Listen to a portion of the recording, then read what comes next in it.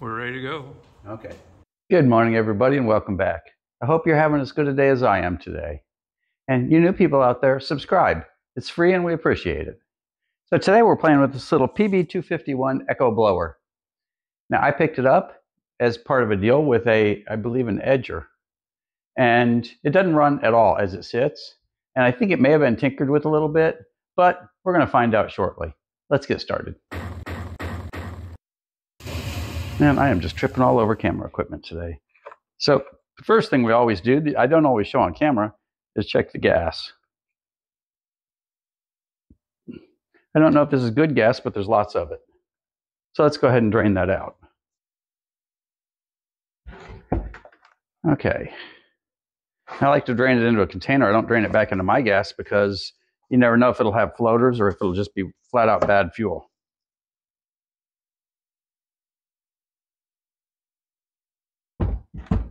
Now this obviously has blue premix added to it, and it's got a touch of a green tint, and that kind of tells me that it might be old fuel. So the next thing we'll do is check the fuel lines. We'll fish around for them and make sure a fuel filter is attached to it and all that whatnot.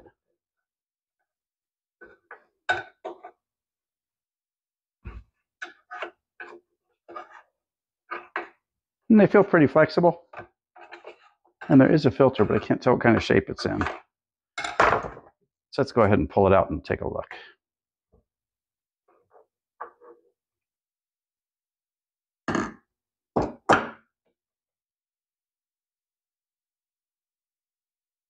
See, the fuel lines feel real good. Filter's got a little bit of dirt to her, but she doesn't look bad. So we're going to call that okay.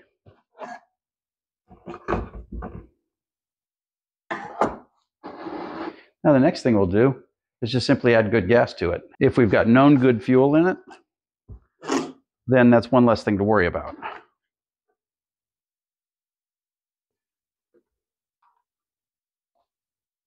Now we know we've got fuel lines, we know we've got good gas, but we don't know how long she's been sitting or what kind of life she lived before that.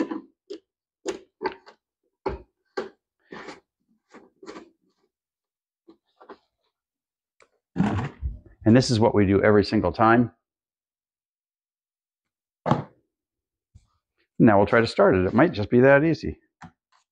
We'll choke it, we'll turn the switch on, let's prime her up.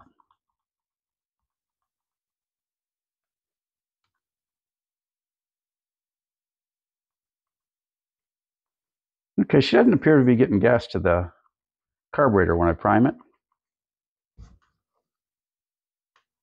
So let's take a look. There's two reasons that could happen. Is the filter's not in the fuel, which we know it is. There's the filter's clogged, or the return line's clogged. So before we take anything apart, what we're going to do is remove the return line and try to pump it and see what happens. So now when we pump it, it should get fuel coming out here.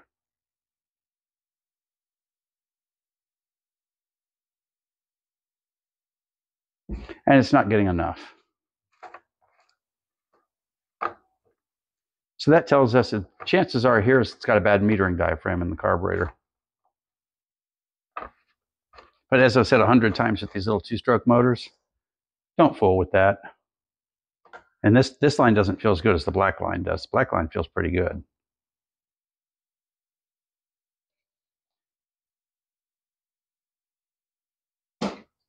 Don't waste your time rebuilding one of these carburetors because it's just as easy to go get a cheap $12 carburetor and be done with it.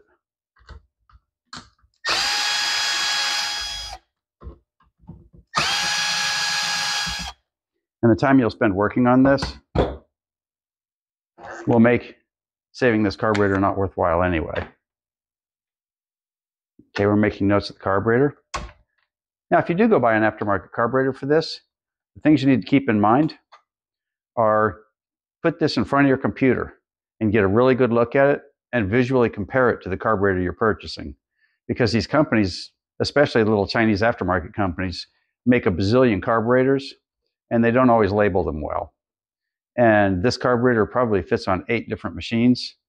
And there are 8 other carburetors that almost fit.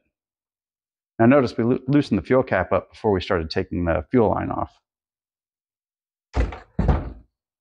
Because if you had it tightened, then fuel would come up through this pipe. So let's put this off to the side and see if we can find a better one. There's something wonderful about living right next to an Amazon warehouse, or within a few miles of one anyway. Okay, with Echo carburetors, if you get one with this little cable, you'll probably have to pull it off your old carburetor, and then you want to align this after you put the carburetor on so that it lines up with this correctly. This is the only tricky part of this whole job. Let's see, where's our air filter at? There it is. Okay, we've still got a gasket, and we've still got a gasket. Very nice.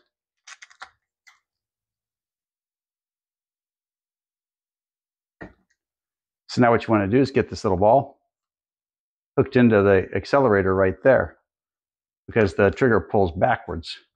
It pushes rather than pulls. Now I get the screw started.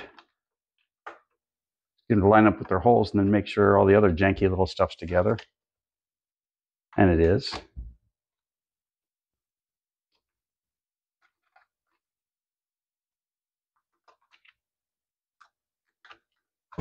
So there's definitely some entertainment value on this one, putting them back together. And we'll do the fuel lines after we got all that done.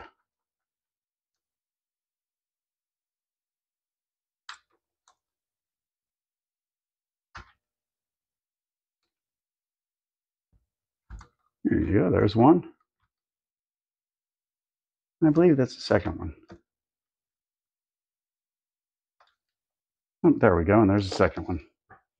Let's go ahead and tighten her down.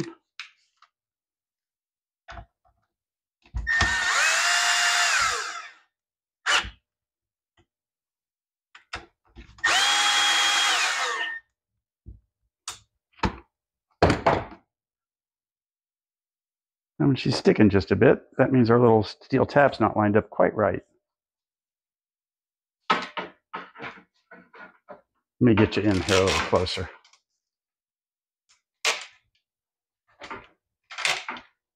This is the little steel tab I'm talking about. You want to get it, we want to turn it down just a touch. And it turns pretty easy. It's threaded onto this rod here. Once we've got it in the right place, everything will work fine.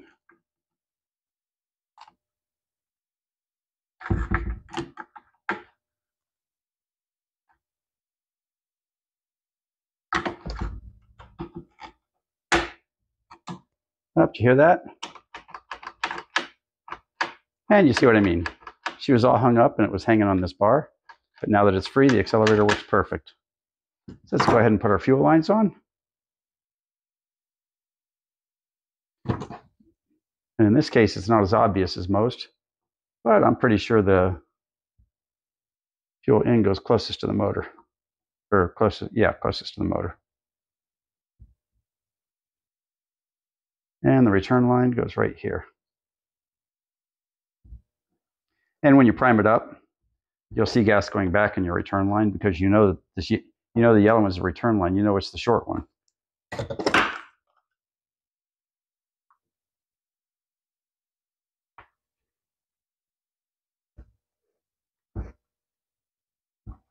And now we can see fuel running back through there.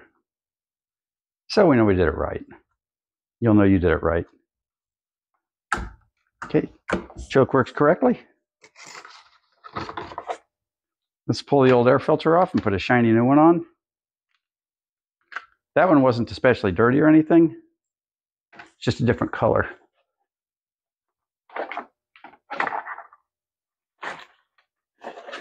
And the one they gave me doesn't quite fit. Let's see if this one fits. No, we're going to go with the old filter temporarily while I dig up a new one. Don't like to leave it on, but it'll do for now.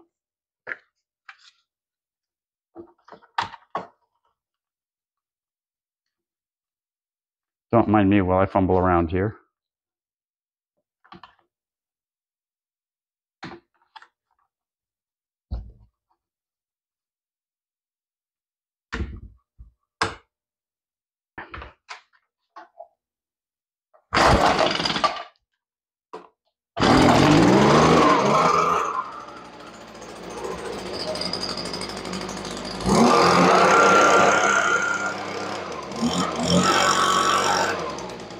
Now she's four-stroking a little bit, but she could just be cold, and she hasn't run for quite a while. So before we start playing around with adjusting anything, we're going to let her run for a few minutes.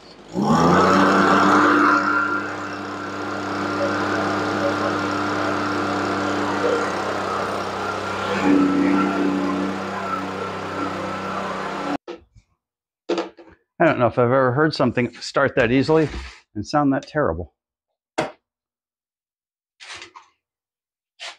So what we're going to do is we're going to go right here, this little top screw, and give it an adjustment. You won't be able to really see me doing anything, which is why I'm showing you up front. We'll take our tiniest little screwdriver, which fits in that tiniest little hole.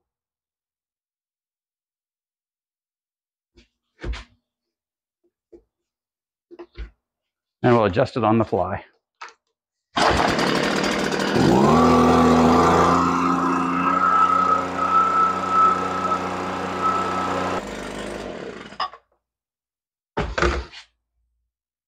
Okay, she really didn't want to adjust. So I want to check the plug. This thing sat for a little while, and we really don't know how long it sat. So it's entirely possible the plug is just no good.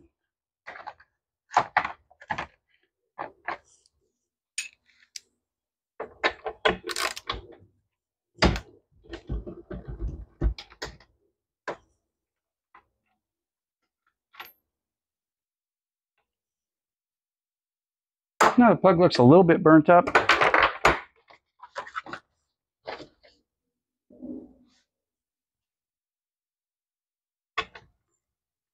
And you got to keep in mind that there's no saying that it's the correct plug for it. When you buy one of these used, God knows what they might have done to it. Yeah, that plug might have been way too hot for this motor. But this is the correct one, so let's see if that helps.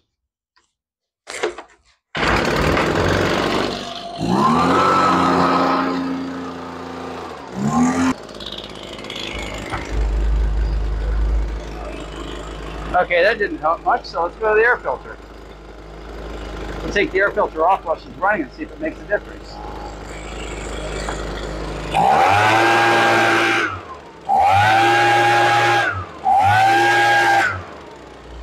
And there you have it.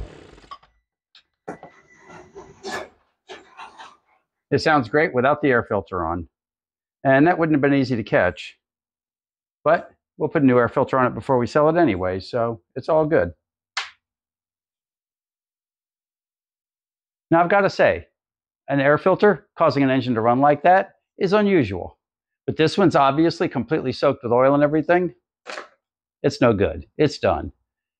We'd adjusted the carburetor and we replaced the spark plug, thinking we might get rid of the four-stroking, and it didn't help at all. When I pulled the air filter off, it smoothed over completely and started sounding great.